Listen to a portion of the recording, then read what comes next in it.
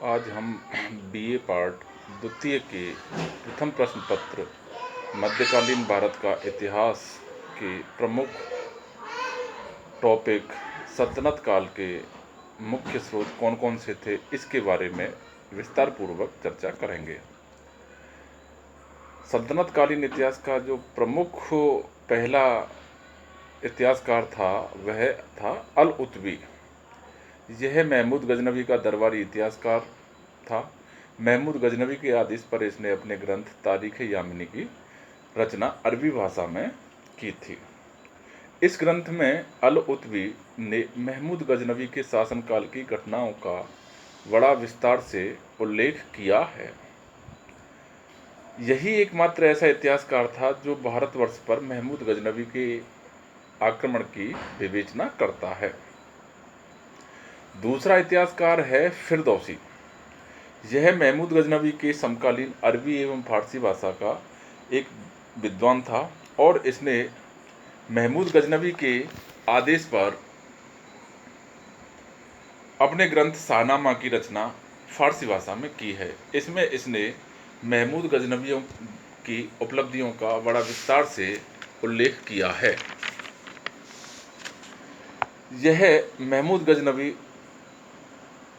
जब महमूद गजनवी ने फिरदौसी को शाहनामा की रचना के लिए अपेक्षित राशि को लेने से मना कर दिया था तो और उसका दरबार में अपमान किया, तब फिरदौसी के द्वारा आत्महत्या कर ली गई थी। फिरदौसी का दूसरा ग्रंथ अलिफ लैला भी है। तीसरा महत्वपूर्ण इतिहासकार है अल-बरूनी। महमूद गजनवी के समकालीन यह अरबी एवं फारसी भाषा का एक बहुत बड़ा विद्वान था। वह मूलतः ख्वारिज्म के राज्य में स्थित खीवा नामक नगर का निवासी था। जब महमूद गजनवी ने ख्वारिज्म पर आक्रमण किया तब वह अल-बरूनी को कैद करके अन्य व्यक्तियों के साथ गजनी ले गया था। जब महमूद गजनवी ने भारतवर्ष पर आक्रमण किया तब अल-बरूनी उनकी सेना के साथ भारत आकर रहने लग गया था और भारत में अपने 30 वर्ष के प्रवास के दौरान उसने स्वयं संस्कृत भाषा सीखी और भारतीय ग्रंथों का बड़ा विस्तार से अध्ययन किया।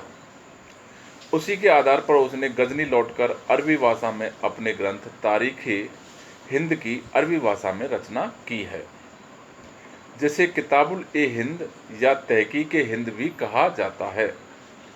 इस ग्रंथ में अल-बरूनी ने भारत के निवासियों की जीवन एवं दशा का भी बड़ा विस्तार से उल्लेख किया है।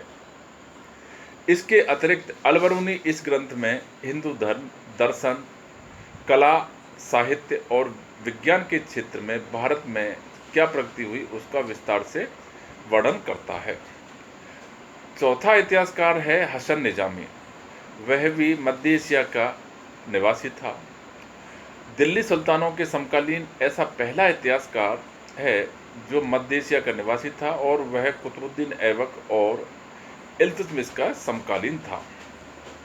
इसने अपने ग्रंथ ताजुल मासिर की रचना फारसी भाषा में की है। इस ग्रंथ में उसने 1191 से 1215 ईस्वी तक अर्थात तराइन के प्रथम युद्ध से लेकर इल्तुतमिश के प्रथम 5 वर्षों तक का वर्णन किया है। पांचवा इतिहासकार है मिन्हाज-उस-सिराज। मिन्हाज-उस-सिराज गौर का निवासी था। उसका पालन पोषण मोहम्मद गौरी के बड़े भाई गयासुद्दीन गौरी की पुत्री माहे-मुलक के द्वारा किया गया था, किंतु 1227 ईस्वी में मिन्हाज-उस-सिराज ने भारत आकर सिंध के तत्कालीन सुल्तान नासिरुद्दीन कुबैचा की सेवा में नियुक्त हो गया। 1228 में जब सुल्तान इल्तुतमिश के द्वारा सिंध व मुल्तान पर अधिकार कर लिया तब मिन्हाज-उस-सिराज इल्तुतमिश की सेवा में नियुक्त हो गया। 1231 में जब इल्तुतमिश के द्वारा ग्वालियर पर आक्रमण किया और इल्तुतमिश के साथ ग्वालियर अभियान में मिन्हाज-उस-सिराज भी ग्वालियर गया था। ग्वालियर विजय के बाद इल्तुतमिश ने मिन्हाज-उस-सिराज को ग्वालियर की मस्जिद का इमाम नियुक्त कर दिया। ग्वालियर अभियान में इल्तुतमिश मिन्हाज को तज़किरा सुनाने के लिए ले गया था। तज़किरा युद्ध के दौरान मुस्लिम सैनिकों के उत्साहवर्धन के लिए उन्हें मुस्लिम योद्धाओं की वीरता की जो कहानियाँ सुनाई जाती थी उसे तज़किरा कहा जाता था।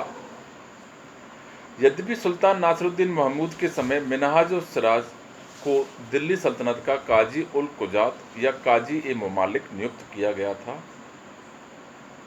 उसने नासिरुद्दीन महमूद के समय ही तबक़ात-ए-नासिरी नामक अपने ग्रंथ की रचना फ़ारसी भाषा में की थी। इस ग्रंथ में उसने 1191 से लेकर 1260 ईस्वी तक के दिल्ली सुल्तानों के इतिहास लिखा है। मिनहाज ने समकालीन राजनीतिक घटनाओं के साथ-साथ उस समय के प्रमुख अमीरों, उलेमाओं, कवियों व नेम हकीमों की जीवनियों का बड़ा विस्तार से उल्लेख किया है। मिनहाज के अनुसार रज़िया के पतन का एक कारण स्त्री होना बताया गया है, क्योंकि रज़िया में एक प्रशासक के आवश्यक